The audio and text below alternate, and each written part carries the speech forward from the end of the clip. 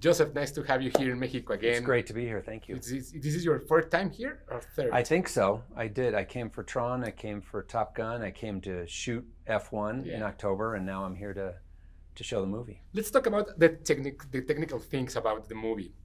I think that it's amazing how you place the camera and how you place the lighting and how you place the grips so we can see everything, but not everything in the shoot. Yeah. How was shooting this movie?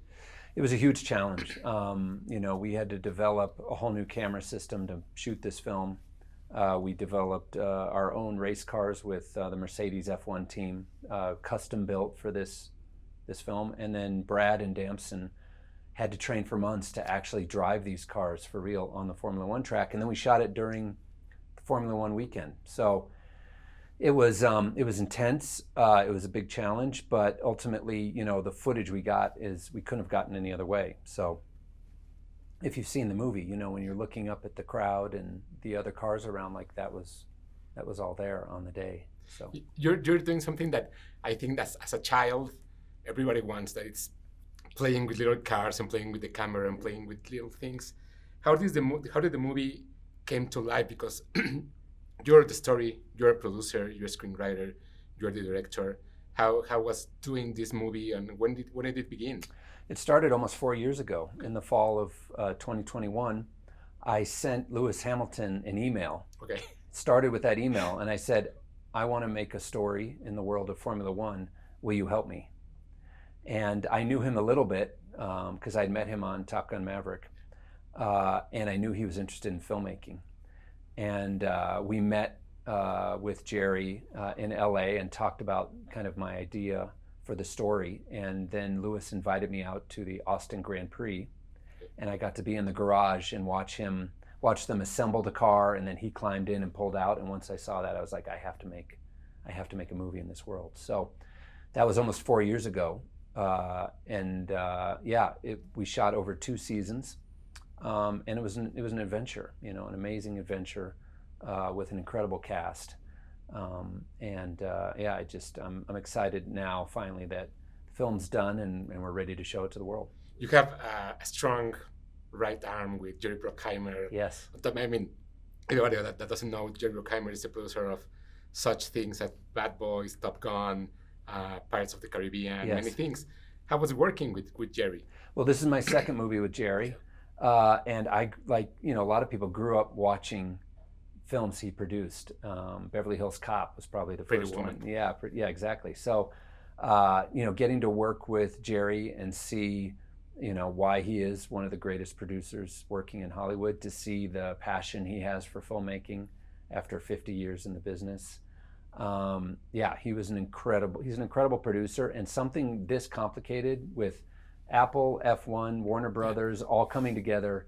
I really needed someone who could work at a scale like this, and Jerry's the best at it, so it's amazing. Talking about the brands, how was it working and not like stepping up on brands, because each one has like their own interest and their ideas. How was it working and how was manageable doing that? We spent a lot of time figuring out how to navigate all that. So we made a deal with Formula One that every brand that exists at a Formula One race could be in the movie. So we just were able to shoot freely and capture all that and put it in the film. So Formula One made it very easy for us in that sense, in that we weren't having to kind of create fake brands or paint brands out. Like, they all can be included in the film.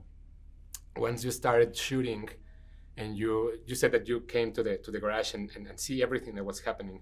But once you start shooting and see what everything happens on Formula One, how much did the original story change once you had the shoot?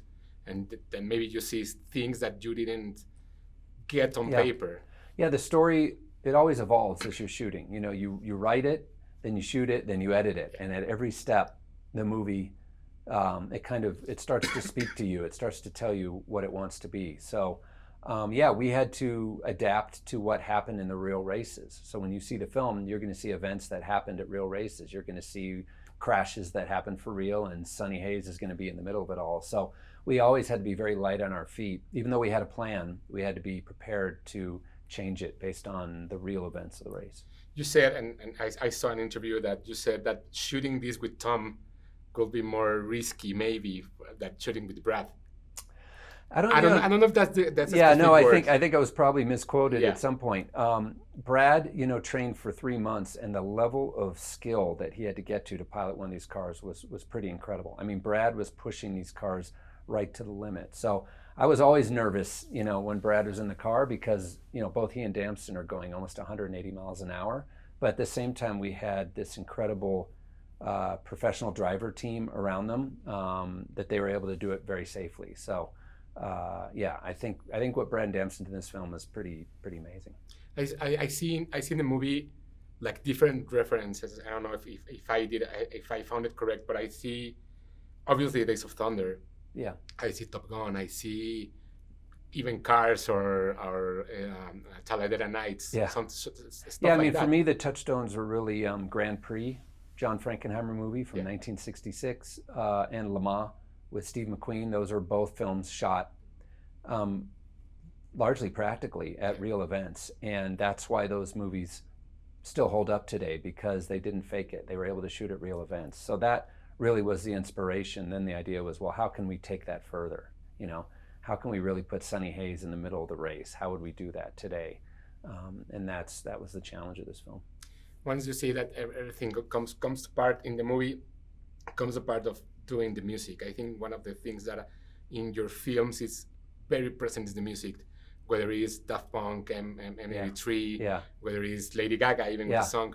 And now you have Hans Zimmer on this one. Incredible. How did that happen? Because I think that the music here feels more like a horror movie sometimes, because everything, he's being chased by someone. Yeah, no, there's a lot of tension. I mean, having Hans Zimmer, having one of the greatest composers of all time on your film is incredible. Hans writes great themes, great melodies that stick in your head forever. That's why, he is who he is. So to have him working on this film, developing themes for it, being able to understand the storytelling, to understand when it needs to feel tense, when it needs to feel big and grand, to capture the scale, and also have a sound that cuts through these races, right? That was a big challenge, because these cars are loud. So how do you have a score that can actually punch through? And Hans is the best at that. So his score, in addition to all the incredible songs we have in this film, really gives it a global feel, which the sport has.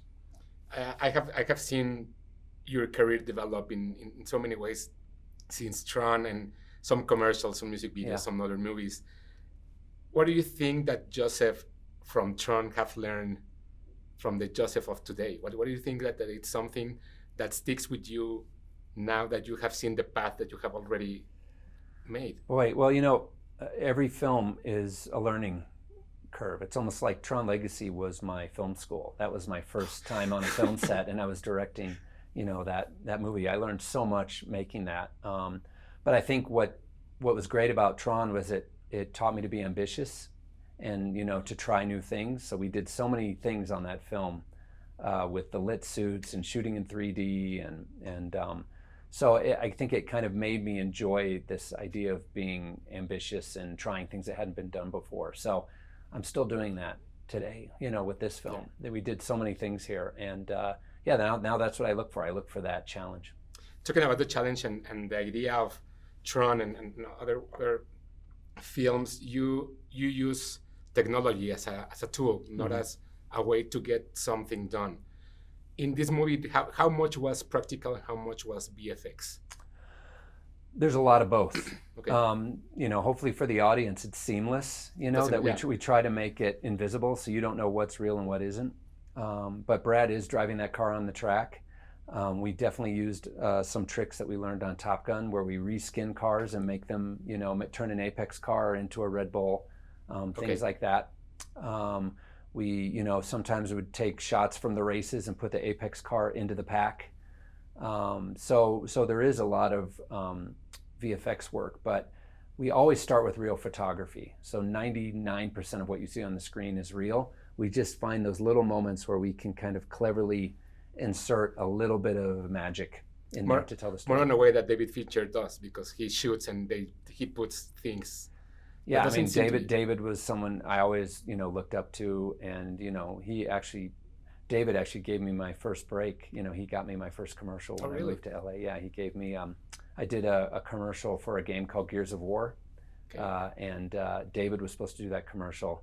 And when he got his movie greenlit, he gave the commercial to me. That should be what, Zodiac, maybe? Or? Yeah, he got Zodiac greenlit, so I did the Mad World commercial in 2006, and that was my first big commercial. So I owe him a lot. Who do you look for? I'm talking about David Fincher. What other directors or what other artists in the film community do you look for and excite you for? Oh, so many. I mean, you know, Ridley Scott's an inspiration. You know, still making films. Yeah. Michael Mann, you know, is someone I've always looked up to. Yeah, there's so many. Yeah, I just feel very lucky that, you know, I'm now on my 6th movie. I can't believe it. Yeah, those are the guys that I was looking up to when I was, you know, kind of growing up. What else is coming from you? I mean, Formula One, I think, could brand a franchise, but I think that the whole movie stands alone by itself, and I think that's amazing. But what else are you working on sometime? You know, I'm just starting to look at developing a couple movies, 2 or 3. It's always important to have a couple movies in development because you never know which one's going to come together first. Like tornadoes. Yeah, exactly. Yeah, we'll see. I think after we get this movie out there, you know, maybe in July or August, I'll be able to start thinking about something else. Is it always this ambitious for you, like doing a movie for 4 or 5 years and then? They always seem to just turn out to take that long. It's not my plan at the beginning, but you know, you kind of has to take it as it comes. And this was a very complicated film, and I hope all the effort we put into it shows on the screen. Okay. Well, thank you very much for your time, Joseph. Nice to see you again.